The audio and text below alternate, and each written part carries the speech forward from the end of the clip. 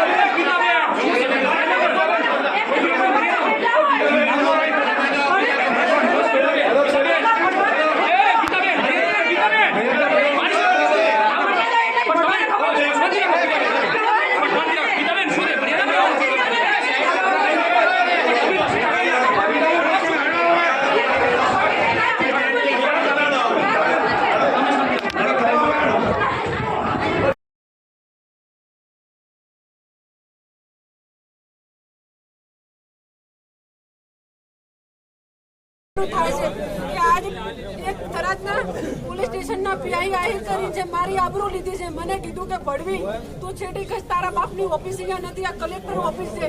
તો હું કલેક્ટર શ્રીને પ્રશ્ન કરવા માંગુ છું કે હું એની નાગરિક છું થરાદ તાલુકાની, અને સાહેબ જો મારા મહિલાઓનું અપમાન થયું હતું તો અમે તમારી જોડે આવેદનપત્ર માટે આપવા માટે આવ્યા હતા.